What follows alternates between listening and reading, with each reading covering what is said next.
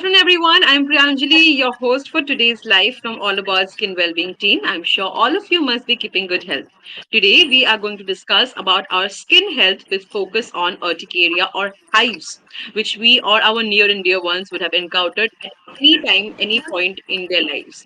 Urticaria is characterized by round rash on the skin that itch intensely. It may be due to chemicals in certain food, allergy to certain medications, insect stings, sunlight, and sometimes the cause is unknown. As per a study published in Indian Journal of Dermatology, Venerology, and Leprosy, more than one-fifth of the population suffer urticaria at one time. 60% of the patients are in the age group of 20 to 40 years. Incident is higher in older age group. Urticaria is classified as acute and chronic, but the most important part is not to ignore it, and doing self medication can worsen its symptoms. Consult your nearby qualified skin specialist immediately for an early remission. In today's digital world, it's a boon or blessing if we can get to hear from an expert dermatologist online about urticaria, its types, how we can prevent it, and the kind of tests required for its diagnosis, the right treatment and management approach for an early relief. So, ladies and gentlemen, girls and boys, we have with us renowned dermatologist of India, Dr. Noman Faruqi. Is MBBS, DDV dermatologist. He has many years of experience in this field, and his skill and compassion has made a tremendous difference in patients' life. A warm welcome to Dr. Noman Faruqi. It's a pleasure to host you, Doctor, today, and we are going to talk about a very important topic, which is urticaria. तो शुरुआत में ही doctor मैं आपसे पूछना चाहूंगी, आप अपने language में अपने भाषा में बताइए कि क्या है ये urticaria. Hello, very good afternoon, everyone. Thanks for very nice introduction. मैं doctor Noman Farooqui. I am practising in Nanded Marathwada region since last 11 years. सबके समझने के लिए हम हिंदी भाषा में इसको चालू करते हैं ताकि सबके लिए समझने में आसान हो. अर्टिकेरिया और हाइव्स के बारे में इंग्लिश में जो टर्म हम यूज़ करते हैं अर्टिकेरिया, आम ज़बान में हमारे लोकल लैंग्वेज में, हिंदी में, मराठी में इसे पित्त की बीमारी या शैद पित्त या पित्त उछलना ऐसा कहा जाता है, या सफरा हो जाना या एलर्जी का बढ़ जाना. इस तरह से हम लोग इसको टर्म्स अलग अलग कॉमन लैंग्वेज में यूज़ करते हैं, लेकिन साइंटिफिक लैंग्वेज में इसका नाम अर्टिकेरिया है. ये अलग अलग तरह से प्रेजेंट होता है. इसकी शुरुआत में कभी कभी अचानक से खुजली होना, जेल पर इरिटेशन होना, उसके बाद वहाँ पर लालपन आ जाना, लाल चट्टे आ जाना या कुछ लाल लकीर उभर कर आ जाना. उसके अलावा उसके साथ कुछ कुछ लोगों को छोटे छोटे चकत्ते आ जाते हैं, जैसे कि हल्की सी सूजन आती है, उसमें लालपना होता है, फिर खुजली हो जाती है. तो इसे चकत्ते भी कहते हैं, चकोते कहते हैं, कुछ लोग ददोड़े कहते हैं, गुदी कहते हैं. तो ये जो बीमारी है ये बहुत कॉमन है. ये वर्ल्ड वाइड बहुत कॉमन है और इंडिया में भी इसका बहुत सारे लोगों की ज़िंदगी पर असर पड़ता है. Right urticaria. डॉक्टर, कारण क्या? राइट राइट राइट, जी जी. प्लीज बताइए डॉक्टर। हाँ, अर्टिकेरिया ये बहुत कॉमन बीमारी है पूरे वर्ल्ड में. इसका ग्लोबल प्रीवेलेंस जो है 0.01 से लेकर 8.9% तक है. यानी अगर 1 लाख पॉपुलेशन है तो उसमें से अराउंड 70,000 पीपल अफेक्टेड होते हैं कभी ना कभी ओवर द ईयर. तो ये एक बहुत कॉमन प्रॉब्लम है, इससे बहुत सारे लोग अफेक्ट होते हैं. इसके बारे में इसके लिए इस पे चर्चा राइट करना सबके लिए फायदेमंद है. जी डॉक्टर, हम जानने की कोशिश कर रहे हैं कि कारण क्या है। हमने शुरुआत में ये जाना है कि कारण तो बहुत सारे हो सकते हैं इसके पीछे, अर्टिकेरिया के पीछे, पर क्योंकि जी हम इसे बीमारी नहीं कह रहे हैं, इट्स अ कंडीशन जो आज हम बात करेंगे कि किस प्रकार आ सकती है एक इंसान में। तो कारण के बारे में अगर हम बात करें doctor, what are the basic causes, basic कारण क्या हो सकता है अर्टिकेरिया का? अर्टिकेरिया जो है तो ये एक ऑटोइम्यून डिसीज़ है.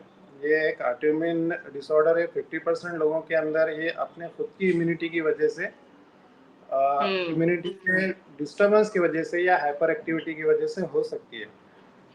वैसे इसका क्लासिफिकेशन इस तरह से किया जाता है कि ड्यूरेशन ऑफ डिसीज, जैसा कि एक्यूट अर्टिकेरिया और क्रोनिक अर्टिकेरिया, इसमें आमतौर पे इसे डिवाइड किया जाता है। तो एक्यूट अर्टिकेरिया ऐसी खुजली जो आपको 6 हफ्ते या 2-4 दिन या 1 महीने, 6 हफ्ते से ज़्यादा ड्यूरेशन जिसको नहीं हुआ है उसको हम एक्यूट अर्टिकेरिया कहते हैं।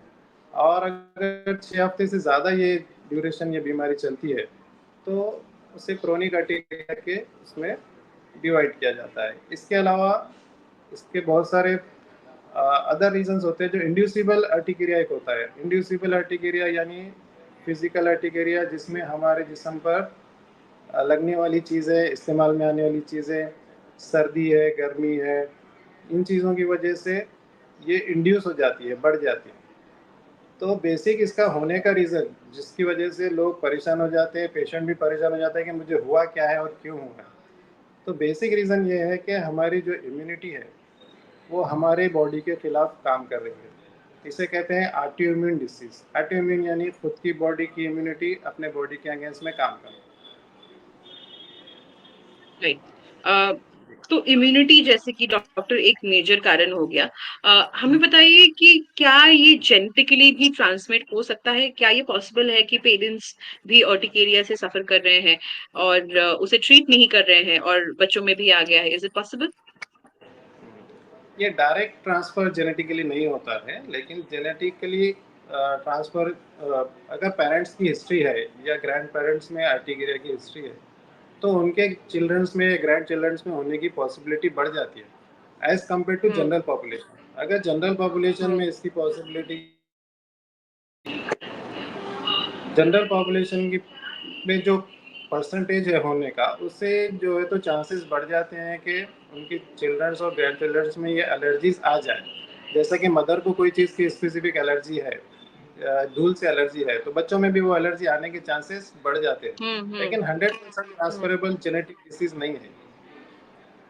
राइट। डॉक्टर, एक बहुत बड़ी समस्या है स्किन इशू के साथ, because skin being the largest organ हमें बहुत प्रकार के चेंजेस नजर आती है स्किन में। अक्सर हम माइनर इश्यूज को अवॉइड कर देते हैं जैसे कि अर्टिकेरिया, क्योंकि ये कुछ देर बाद अपने आप से ठीक हो जाती है। तो लोग सोचते हैं कि ये तो अपने आप से ठीक हो गई तो डर्मेटोलॉजिस्ट के पास जाने की क्या जरूरत है। पर जी, जी। हम पहचान कैसे करें अर्टिकेरिया का? इनिशियल स्टेज कैसा दिखता है नॉर्मली? हुँ। कुछ लोगों में इनिशियली जो है तो शुरुआत में सिर्फ़ इचिंग होती है कि 1-2 मिनट इचिंग हुई, 5 मिनट इचिंग हुई, फिर अपने आप आराम हो गया। उसके बारे में वो फिर सोचते नहीं हैं। लेकिन जब वो बार-बार रिपीट होता है कि आज सुबह में इचिंग हुई, फिर शाम में इचिंग हुई, फिर दूसरे दिन और इचिंग हुई। उसके बाद ऐसा होता है कि उसकी सीवियरिटी बढ़ते जाती है। वहाँ पे रेडनेस शुरू होता है या फिर कुछ जो है तो लाल रंग के सूजन आना शुरू होती है, सूज आना शुरू होती है, जिसे हम हाइव्स कहते हैं या व्हील्स कहते हैं। तो ये आहिस्ता-आहिस्ता इसकी इंटेंसिटी भी बढ़ती है, एरिया भी बढ़ता है। तो इससे हम पहचान सकते हैं कि ये अर्टिकेरिया है या हमको कुछ प्रॉब्लम हो रहा है। लेकिन एक बहुत सारी चीज़ें इचिंग से शुरू होती हैं। बहुत सारी बीमारियाँ ऐसी होती है स्किन की जो इचिंग से ही राइट। शुरू होती है। तो बेटर है कि you go first to your doctor hmm. Before labelling itself yourself. Right. Doctor, जो अर्टिकेरिया खाने पीने से होती है, वो किस प्रकार की होती है? जैसे कि हमें पता है कि बहुत सारे कारण हैं अर्टिकेरिया के होने का। तो क्या हर अलग कारण में अलग तरीके का लीजन हमें दिखाई देता है स्किन पे, और या अक्सर सेम ही रहता है ये? रीजन्स अक्सर सेम रहते हैं, लेकिन जो है तो इसके अंदर जो है तो हमने जो कैटेगराइज किया हुआ है, जैसे कि स्पॉन्टेनियस अर्टिकेरिया जो होता है अक्यूट और क्रोनिक में उसको हमने डिवाइड किया है। इसी तरह इंड्यूसिबल जो अर्टिकेरिया होता है वो फिजिकल स्टिमुलस की वजह से होता है। तो हमको इसमें लोकलाइज्ड और जनरलाइज्ड लीजन्स देखने को मिल सकते हैं। कुछ-कुछ जैसे अर्टिकेरिया आगे बढ़कर एंजियोएडिमा भी उसके अंदर एक सिम्पटम्स आती है जिसके अंदर होंठ सूज जाते हैं या आँखें सूज जाती हैं और सूज के बहुत मोटी हो जाती हैं। तो इसे हम एंजियोएडिमा कहते हैं जिसके अंदर हमारी स्किन के नीचे पानी जमा हो जाता है, एडिमा हो जाता है। तो ये हर एक टाइप के अंदर इसके सिम्पटम्स इनिशियली तो वही रहते हैं, लेकिन डिपेंडिंग ऑन उसका ड्यूरेशन और उसकी सीवियरिटी और उसके बॉडी का इन्वॉल्वमेंट, उसको फिर डायग्नोस करके उस तरीके से उसका ट्रीटमेंट अलग-अलग हो जाता है। राइट।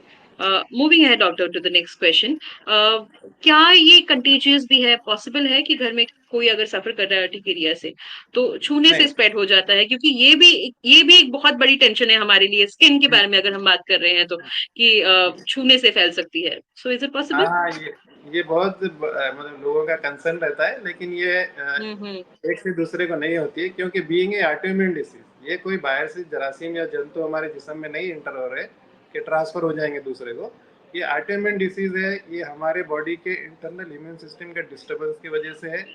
इस वजह से ये दूसरों को एक से दूसरे को ट्रांसफर नहीं होता। ये इसके लिए जो पेशेंट है सफ़र कर रहा है वही सफ़र करता है। Right, right. डॉक्टर, हमने ये भी जाना आज शुरुआत में कि 2 प्रकार की अर्टिकेरिया है, एक्यूट एंड क्रॉनिक। एक बार हमें क्रॉनिक अर्टिकेरिया के बारे में अगर आप विस्तार में बता पाएँ कि किस प्रकार के होते हैं? क्या ज़्यादा सीरियस कंडीशन हमें देखने को मिलती है इस कंडीशन में भी? क्रोनिक अर्टिकेरिया एक्चुअली ये ड्यूरेशन के ऊपर, डिसीज की बीमारी के ड्यूरेशन के ऊपर उसका नाम हुँ, रखा गया हुँ। है, क्योंकि मोर देन 6 वीक्स ड्यूरेशन ये रहती है। यानी कि आज उसको इचिंग हो गई, फिर थोड़ी देर बाद सबसाइड हो गई, फिर कल और आ गई, फिर परसों और आ गई, इस तरह से भी डेली भी आ रही है या डेली 2 से 3 बार आ रही है, और मेडिसिन लेने के बाद रिलीफ भी हो रहा है, फिर रिकरेंस हो रहा है। तो ये मोर देन 6 वीक हुँ, अगर ये ड्यूरेशन जाता है तो फिर उसे हम क्रोनिक टाइप में रखते हैं। अब इसके अंदर क्या होता है कि कुछ दिन उसमें रिलीफ मिल जाता है, फिर बाद में सडनली वो फिर से रिकर होता है, तो उसको क्रोनिक स्पॉन्टेनियस अर्टिकेरिया भी कहा जाता है। तो ये सडनली कुछ उसके ट्रिगर फैक्टर्स हैं जिसकी वजह से वो दोबारा ट्रिगर होके बार बार रिपीट होता है। तो अक्यूट में जो अर्टिकेरिया जो है तो अपने आप भी रिलीफ होता है, लेकिन अक्यूट के रीजंस अलग हो सकते हैं और क्रोनिक में थोड़े से रीजंस अलग हो सकते हैं। Right. Doctor, speaking about again the same condition, मैंने एक बार ऑलरेडी आपसे पूछा इस बारे में कि बहुत सारे लोगों को पता नहीं है कि अर्टिकेरिया का भी ट्रीटमेंट होता है। कुछ कुछ कारण अर्टिकेरिया के कॉजेस, बहुत ज्यादा टाइट से अगर हम कोई कपड़ा पहनते हैं सो ऐसे लीजन हो जाता है, मार्क बैठ जाता है। या बहुत सारी अर्टिकेरिया हम देखते हैं सन से होता है, सोलर अर्टिकेरिया जिसे हम कहते हैं, या पानी से भी अर्टिकेरिया होता है लोगों को। और अक्सर लोग कंफ्यूज करते हैं इसे एलर्जी के साथ या फंगी या बैक्टीरिया बिल्डअप होने होने के साथ। तो ये जो लोग ट्रीट नहीं कर रहे हैं अपने आप को, या there is also another class of people जो अपने आप को सेल्फ ट्रीट करते हैं, चाहे कोई भी बीमारी हो, चाहे बेसिक बुखार से लेके बेसिक एलर्जी तक, सारे मेडिकेशंस आजकल लोगों के पास है, so they know what to do, what to have. और केमिस्ट तो हमेशा है ही हमें हेल्प करने के लिए। सो अर्टिकेरिया के मामले में how can self medication be harmful? And एक और सवाल जिससे हमारे सभी व्यूअर्स को थोड़ा सा साइन ऑफ रिलीफ मिलने वाला है, which is can this be treated completely? जी। तो सबसे पहली बात है कि can this be treat completely. तो अर्टिकेरिया जो है, बीइंग ऑटोइम्यून डिसीज, ये थोड़ा सा पेशेंट को बॉदर करता है, परेशान करता है काफ़ी दिन तक। जैसा कि हमने अभी बताया कि अक्यूट और क्रोनिक अर्टिकेरिया है, फिजिकल अर्टिकेरिया है। तो अक्यूट अर्टिकेरिया जो होता है वो कम्प्लीटली रिजॉल्व हो जाता है विद इन 3 वीक्स। तो विद इन 3 वीक्स उसका कंप्लीट ट्रीटमेंट हो जाता है। जैसे ही आप डॉक्टर से कंसल्ट करेंगे कुछ मेडिकेशंस लेने के बाद, विद इन 3 to 4 वीक्स वो कम्प्लीटली रिजॉल्व हो सकता है। क्रोनिक अर्टिकेरिया किसी किसी के अंदर बहुत दिन तक रिकरेंस होता है, लेकिन उसका भी ट्रीटमेंट कम्प्लीटली हो सकता है। 50% ऑफ पेशेंट में कंप्लीट रिजोल्यूशन होता है, और बाकी पेशेंट्स में कुछ गैप के बाद रिलैप्स होने के चांसेस होते हैं। तो उसके लिए पेशेंट का एजुकेशन बहुत ज़रूरी होता है। फिर अपने को ये जानना ज़रूरी होता है कि अंडरलाइंग कॉज क्या है। सिर्फ यही नहीं है कि हम कुछ गोली ले रहे हैं, अर्टिकेरिया थम जा रहा है, फिर दोबारा हम गोली ले रहे हैं, फिर अर्टिकेरिया वापस आ जाए। जैसा कि आपने बताया कि सेल्फ मेडिकेशन हमारे पास बहुत कॉमन है, और हम्म। केमिस्ट से मेडिसिन लेना ये कॉमन है। तो इसके डेफिनेटली साइड इफ़ेक्ट्स तो है, क्योंकि जैसे कि आप पेशेंट जाकर कोई मेडिसिन ले रहे हैं या कोई केमिस्ट से ले रहे हैं, तो क्या मेडिसिन ले रहे हैं, कितने डोज में दे रहे हैं, और कितने दिन लेना चाहिए नहीं लेना चाहिए, इसके बारे में ना तो पेशेंट को मालूम है और ना केमिस्ट को मालूम है। वो ब्लाइंडली फेथ पर मेडिसिन ले रहे हैं। तो हम्म। ये जाने बिना कि हम किस बीमारी के लिए और क्यों ले रहे हैं। तो अगर जैसे कि बहुत सारे अर्टिकेरिया अंडरलाइंग इन्फेक्शंस की वजह से होते हैं, और अगर वो इन्फेक्शन ट्रीट नहीं किया, अंडरलाइंग कॉज को ट्रीट नहीं किया, तो फिर वो इन्फेक्शंस बढ़ते जाते हैं बॉडी के अंदर और वो एक सीरियस बीमारी में कन्वर्ट हो सकते हैं। एक रेयर कॉजेस में ऐसा भी होता है कि अंडरलाइंग मैलिग्नेंसीज की वजह से भी अर्टिकेरिया होता है। तो अगर वो अर्ली स्टेज में फाइंड आउट नहीं हुआ तो ऐसा भी हो सकता है पेशेंट के साथ कि वो लेट स्टेज में लैंड अप कर जाए। इसके अलावा कोई फूड्स है, वायरल इन्फेक्शंस है, इंसेक्ट बाइट्स की वजह से है। तो ये बहुत सारे रीज़न जो है, जब तक हम ये फाइंड आउट नहीं करेंगे कि किस रीज़न से आपको अर्टिकेरिया हो रहा है, सिर्फ हम सिम्टोमेटिक ट्रीटमेंट करते जाएंगे, तो ये डेफिनेटली कहीं ना कहीं पेशेंट को नुकसान पहुंचाएंगे। राइट। राइट डॉक्टर, जो खाने से अर्टिकेरिया होती है नॉर्मली, मैं थोड़ी देर पहले भी we were talking about this, the urticaria जी। Which is caused from food. किस प्रकार के नॉर्मल खाने हमें थोड़े से अवॉइड करने चाहिए, या किस प्रकार के नॉर्मली वो खाने हैं जिससे संभावना होती है अर्टिकेरिया होने की? हाँ। अर्टिकेरिया में यूजुअली जो है बेसिक पैथोफिजियोलॉजी ऐसी होती है कि हमारे जो मास्ट सेल और बेसोफिल सेल्स है, उनसे जो है हिस्टामाइन रिलीज होता है। हिस्टामाइन रिलीज होने की वजह से ये इचिंग और रेडनेस, स्वेलिंग वगैरह होती है। तो ऐसे फूड्स जिसके अंदर हिस्टामाइन को इंड्यूस करने वाले प्रोडक्ट्स हो सकते हैं, वो हमको अवॉइड करना चाहिए। जैसे कि हम्म। फिश है, टोमेटोज है, हर्बल टी हम्म। है, फ्रूट टी है, एरोमाज है, टी विथ एरोमाज है, एग है। ऐसे फूड्स जो हम्म। जो है तो हिस्टामिन को इंड्यूस कर सकते हैं। और ऑल प्रोसेस्ड फूड, जो प्रोसेस्ड फूड होते हैं जो वो भी आपके इसको जो है तो इंड्यूस कर सकते हैं। इसके अलावा सॉसेस है। हम्म। जैसे आजकल we are very found of Chinese food and we are using right. Very sauces, हाँ, very different type of sauces, chilli sauce and other many types of sauce. So these products can induce the urticaria. इसके अलावा जो colouring agents है, जो हम अपने हम्म।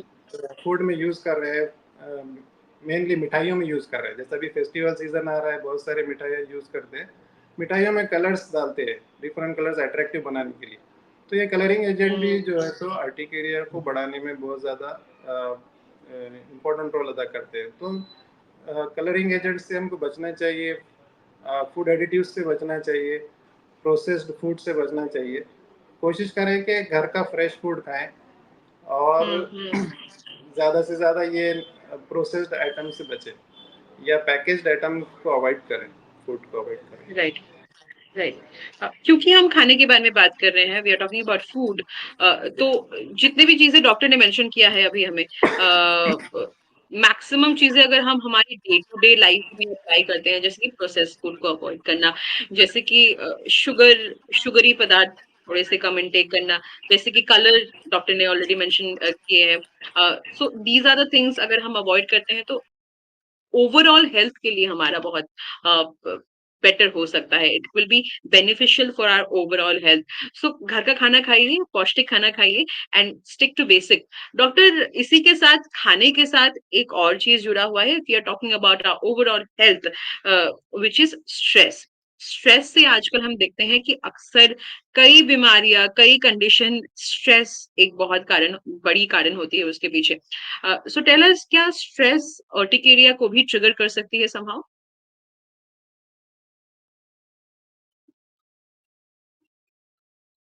Right. So I think we have lost the connection with doctor. We are trying to get him connected. In the meanwhile, you all stay connected. Keep the questions coming. जितने भी लोग हैं हमें देख रहे हैं अभी फिलहाल, make sure कि आप सभी सवाल पूछ रहे हैं. Any questions regarding the topic? We are talking about urticaria here, and बहुत सारे टॉपिक्स, बहुत सारे सवाल अभी भी हमारे पास बाकी हैं. So make sure आप सभी हमारे साथ जुड़े रहें. We are trying to get Dr. connected very soon. So, yes, we were in the discussion. Yes, hello. I think we have hi. Doctor joining us. We have lost your network. connection, Doctor, but we can see you and hear you now. सवाल okay. ये था doctor कि क्या stress भी एक कारण हो सकती है अर्टिकेरिया को ट्रिगर करने का? Yes, yes, yes. Stress is very important factor. Stress directly और इनडायरेक्टली दोनों तरह से हमारे अर्टिकेरिया को बढ़ा सकता है। Stressful hmm. Condition may worsen the urticaria. It is proven. और स्ट्रेस की वजह से इनडायरेक्टली हमारी इम्यूनिटी कम होती है, इम्यूनिटी का डिस्टर्ब होती है, इम्यूनिटी डिस्टर्ब होने की वजह से अर्टिकेरिया वर्सन हो सकता है। राइट। तो डॉक्टर, जो लोग अर्टिकेरिया से सफर करते हैं, ऑलमोस्ट एवरीबॉडी सेज दिस कि वो बहुत जल्दी टायर्ड हो जाते हैं और रात को अक्सर ये कंडीशन ज्यादा वर्स्ट हो जाता है, तो इसका कारण क्या हो सकता है? और जैसे कि डिफरेंट टाइप्स ऑफ अर्टिकेरिया होते हैं, कोल्ड अर्टिकेरिया होते हैं, हीट अर्टिकेरिया होते हैं। अर्टिकेरिया होता है उसको सीजनल वेरिएशन की वजह से भी फ्लेयर अप्स हो सकते हैं। जैसा कि नाइट टाइम में जो है तो टेम्परेचर डाउन होता है, टेम्परेचर कम होता है, तो हम्म। जो पेशेंट टेम्परेचर सेंसिटिव होते हैं तो उनका टेम्परेचर लो होने की वजह से उनका अर्टिकेरिया बढ़ जाता है। जैसे कि बिटवीन द नाइट में आफ्टर 1 PM 1 AM टेम्परेचर थोड़ा सा कम होना शुरू होता है और हम लोग क्या करते हैं एसी हम्म। का एक टेम्परेचर सेट करके सो जाते हैं। तो ओवरऑल इन्वायरमेंट अगर ठंडा हो जाए तो हमारा एसी फिर ज़्यादा कूलिंग करता है। वो कूलिंग इफेक्ट की वजह से कुछ लोगों का अर्टिकेरिया बढ़ जाता है। उसी तरह से टाइट फिटिंग के जो कपड़े पहनते हैं, कुछ लोग जो को आदत होती है कि बहुत ज़्यादा टाइट स्ट्रैप करते हैं या बेल्ट का यूज़ करते हैं या नाइट पैंट भी अगर पहन रहे हैं तो उसको बहुत ज़्यादा टाइट बांधते हैं। तो ये प्रेशर की वजह से हम्म। अर्टिकेरिया बढ़ सकता है। तो राइट। अर्टिकेरिया के अंदर डे में भी बहुत सारे वेरिएशन होता है। किसी का अर्टिकेरिया मॉर्निंग में बढ़ जाता है, जैसे वो मॉर्निंग में उठते हैं, अपने कमरे के बाहर निकलते हैं, ठंडी हवा लगती है, कोल्ड ब्रीज लगती है, तो फिर वो अर्टिकेरिया उनका इंड्यूस हो जाता है। तो ये उसके ट्रिगर फैक्टर्स हैं।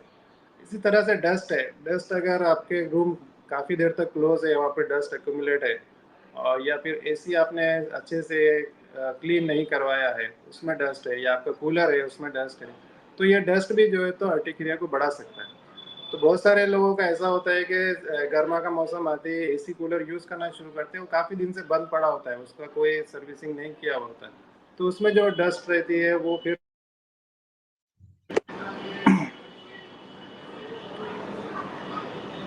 जी। जी डॉक्टर।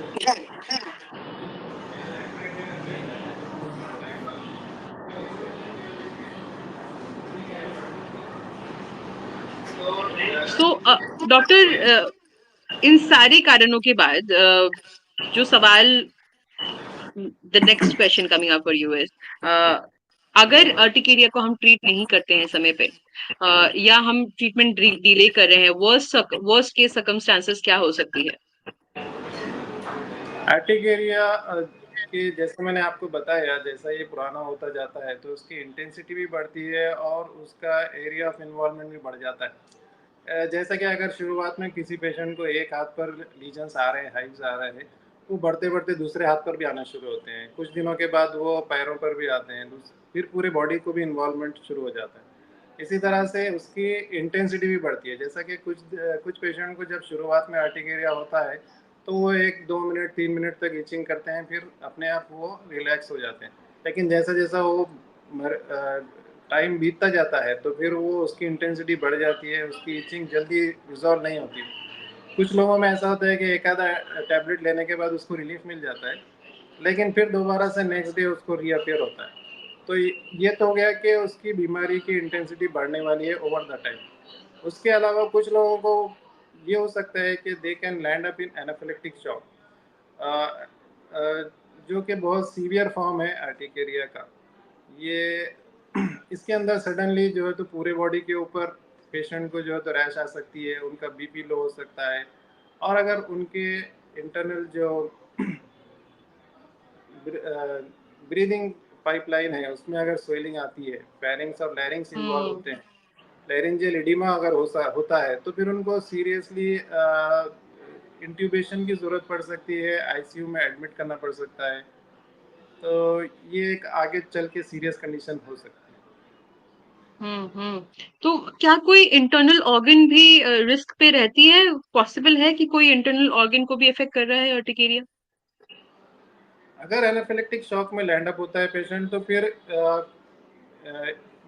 हर ऑर्गन को इफेक्ट कर सकता है, क्योंकि इसमें सीवियर वैसोडाइलेशन होता है, हम्म। बीपी लो हो जाता है, बीपी लो होने के बाद फिर कार्डियक एक्टिविटी किडनी पर भी इफेक्ट करता है, ब्रेन को भी अफेक्ट करता है, कॉन्शियस भी लॉस हो सकता है पेशेंट को। राइट।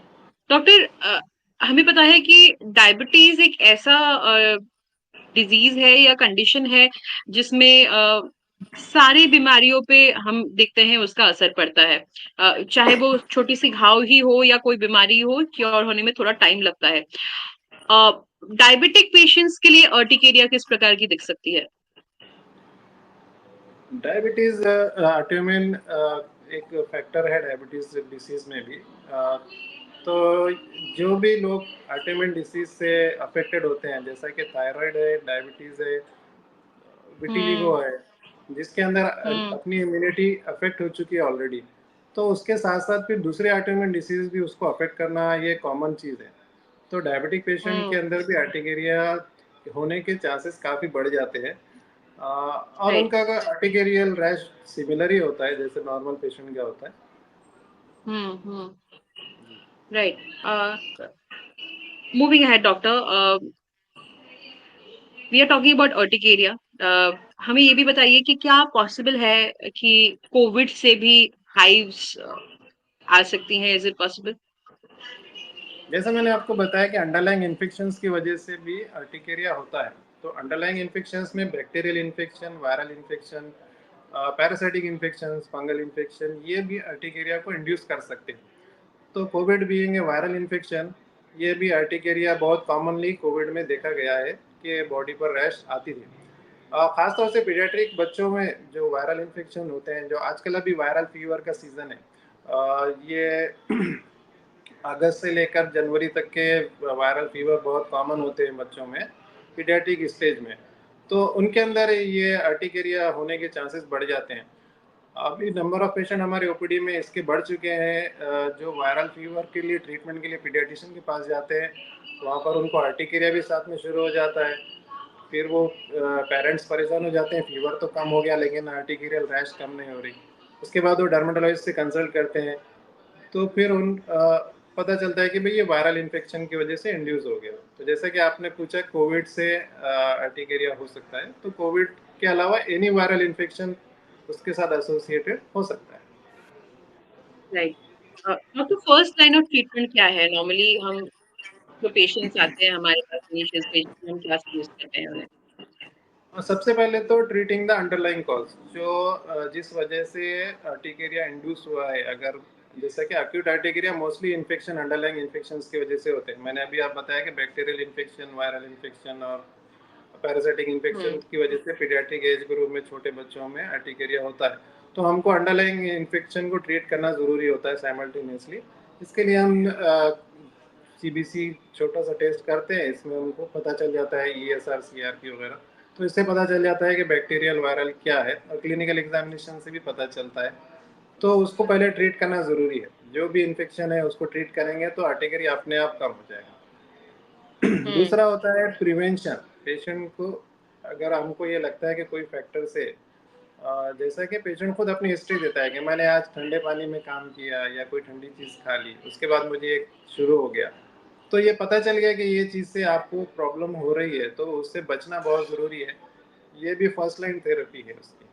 उसके बाद आता है रोल मेडिसिन का। राइट। Uh, medicine. अगर हम दवाई के बारे में बात करें डॉक्टर, व्हाट जी। About pregnant women, lactating ladies, क्या उनके लिए सेफ होती है ये दवाइयाँ? हाँ, बेसिकली फर्स्ट लाइन थेरेपी में हम एंटीहिस्टामिनिक्स यूज़ करते हैं। एंटीहिस्टामिनिक्स में H1 एंटीहिस्टामिनिक्स के अंदर जो है, तो सेकंड जनरेशन एंटीहिस्टामिनिक्स बहुत ज़्यादा सेफ है। प्रेग्नेंट वुमन के लिए भी सेफ है और पीडियाट्रिक छोटे बच्चों के लिए भी सेफ है। राइट। और अगर क्रॉनिक के बारे में हम बात करें, क्रॉनिक अर्टिकेरिया के बारे में, तो क्या किस प्रकार के ट्रीटमेंट्स अवेलेबल होते हैं पेशेंट्स के लिए? First line treatment antihistaminics use करना है, और उसमें most of the patient 50 above 50% patient respond to the antihistaminics, but we have to take it for long term.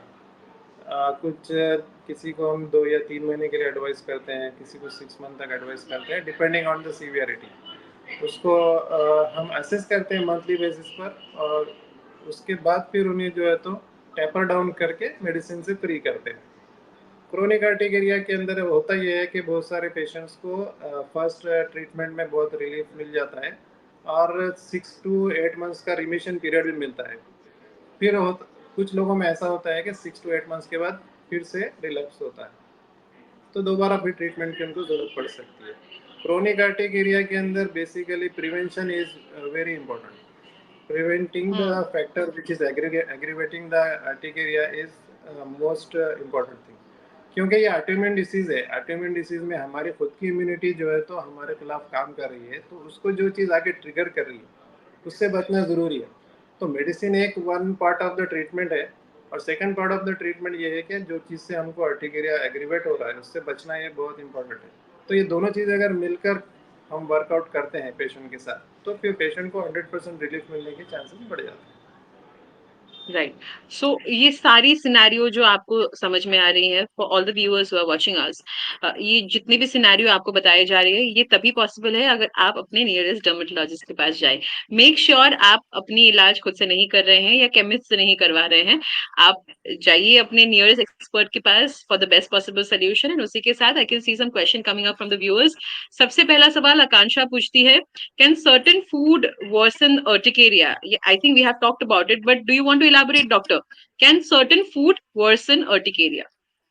Ji Akanksha, food एक बहुत इंपॉर्टेंट फैक्टर है जो अर्टिकेरिया को बढ़ा सकता है। जैसा कि इससे पहले भी हमने डिस्कस किए हैं, हर आदमी के लिए जो है तो फूड डिफरेंट हो सकता है जो उसकी एलर्जी को बढ़ा रहा है।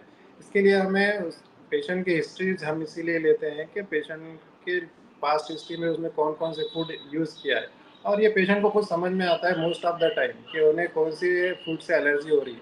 मोस्ट कॉमन जो है पीनट्स है, और Hmm. ड्राई फ्रूट्स है, और पैकेज फूड है जैसे हमने डिस्कस किया है, और बहुत Seafood. सारे लोगों को फिश से होता है, नॉन वेज में सी फूड से। Yes. तो ये बहुत कॉमनली एलर्जी करते हैं।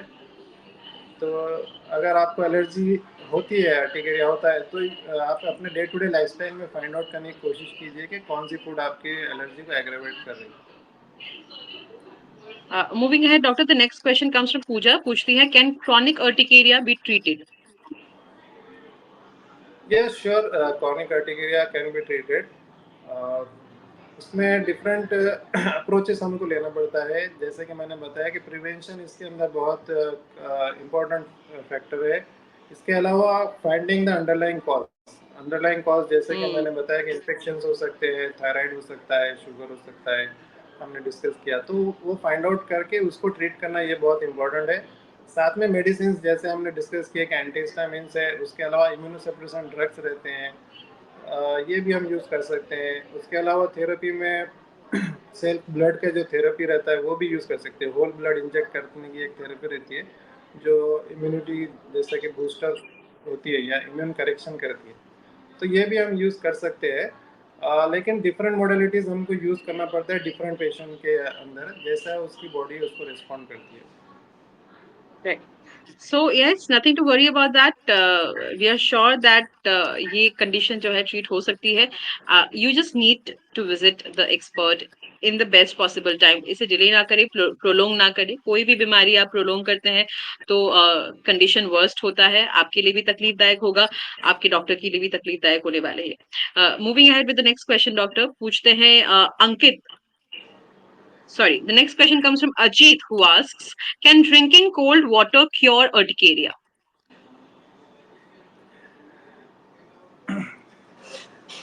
It is not a cure.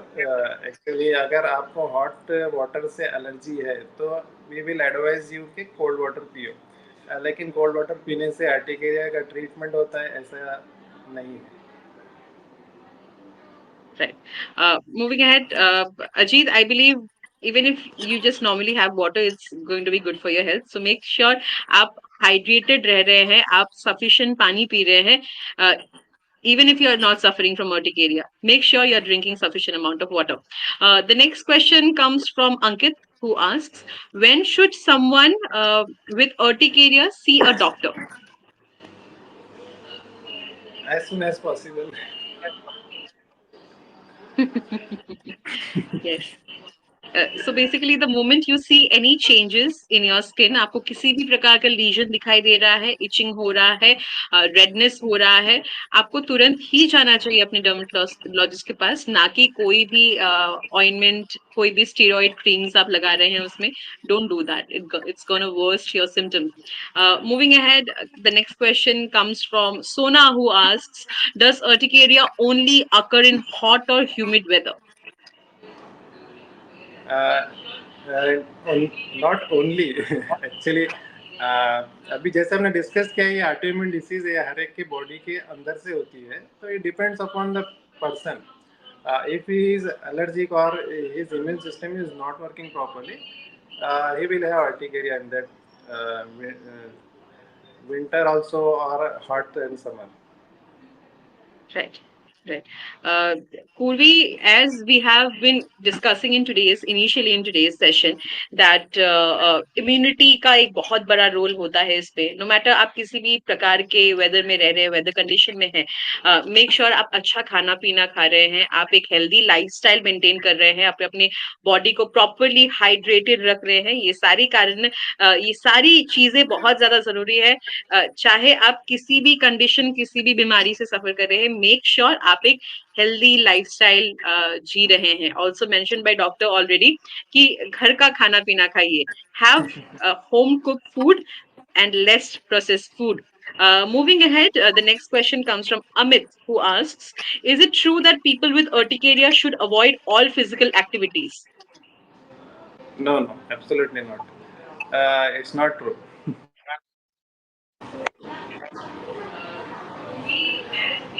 Right. ये So सिर्फ it's फिजिकल एक्टिविटी, या physical area is one of the type where some patient have urticaria uh, after having a physical activity. For hmm, hmm, those hmm. particular people, we advise them not to do the physical activity. सबके लिए Right. ये Uh, advisable नहीं है, depending on the type of the article. right. Again वही चीज आ जाता है यहाँ पे, अंडरलाइंग कॉज समझना बहुत ज्यादा जरूरी हो जाता है अगर हम अर्टिकेरिया के बारे में बात कर रहे हैं. यू नीड टू नो कि आपको किस चीज से प्रॉब्लम हो रहा है. अगर आप वर्कआउट से आपको इश्यू हो रहा है, आप लीजन्स आ रहे हैं, बॉडी में रेडनेस आ रही है, तो ऑब्जर्व कीजिए उसे एक दो दिन के लिए एंड मेक श्योर कि वही कॉज लेके आप अपने डर्मेटोलॉजिस्ट के पास जाते हैं. Only then he or she will be able to treat you better and in a less possible time. The last question, doctor, comes from Dave, who asks, does urticaria always appear because of an allergic reaction? Pathophysiology urticaria urticaria का यही है कि allergic reaction, ये micro level पर अपने body के अंदर allergic reaction हो रहा है. Hmm. तो ये उसका बेसिक पैथोलॉजी है कि अपने बॉडी को बाहर की जो चीज़ आ रही है, या जो भी चीज़ कांटेक्ट में आ रही है, इस्तेमाल में आ रही है, चाहे वो फूड है, उसको अपनी body as a enemy find out कर रही है, और वो अपने इम्यून सिस्टम को ट्रिगर करके हिस्टामाइन रिलीज कर रही है, जिसकी वजह से हमें अर्टिकेरिया की प्रॉब्लम क्रिएट हो रही है. तो जब तक ये हमारे इम्यून सिस्टम में करेक्शन नहीं होगा, तो वो हमारी अर्टिकेरिया में रिलीफ नहीं होगा. तो यस, हम बोल सकते हैं कि एलर्जिक रिएक्शन. लेकिन मेडिसिन का Right. एलर्जिक रिएक्शन है, या जो तो आपका फूड का एलर्जिक रिएक्शन है, या फिर ये वेदर की वजह से हो रहा है, या डस्ट की वजह से हो रहा है, we have to find out in each and every case. Right. Um, uh, Doctor, we had a wonderful discussion today on the topic. Before we take a leave, any take home message for our viewers who has watched us so far? Take home message यही है कि autoimmune diseases किसी को भी हो सकते हैं, और अर्टिकेरिया ये एक से दूसरे को फैलने वाली बीमारी नहीं है, इसलिए उससे डरने की ज़रूरत नहीं है. ये कम्प्लीटली ट्रीटेबल डिसीज़ है. तो इसके लिए, इसको ट्रीट करने के लिए आप अपने करीबी डर्मेटोलॉजिस्ट से कंसल्ट करिए, और सेल्फ रेमेडीज़ यूज़ करने की कोशिश मत करिए, और हेल्दी लाइफस्टाइल को अपनाइए, एक्सरसाइज रेगुलर करिए, फ्रेश फूड खाइए, और खुश रहिए. Well, that was the expert advice for today. And that was Dr. Noman Faruqi for us. Thank you so much, Doctor, for your valuable time. It has been a very informative session for our viewers, and I'm sure they will use this information to prevent themselves and their near and dear ones from getting urticaria. And in case if they get to see such symptom, they now know what to do. Instead of self-medication, it's always better to approach a nearby dermatologist. It was great to hear from you, and we look forward to many more such sessions in coming time. Also, thank you viewers for your excellent participation to today's session. To get latest update on how to keep your skin healthy, do like and follow our Facebook page all about skin well-being. We are also available on YouTube, Twitter and Instagram. Thank you. Stay safe and stay healthy. Thank you.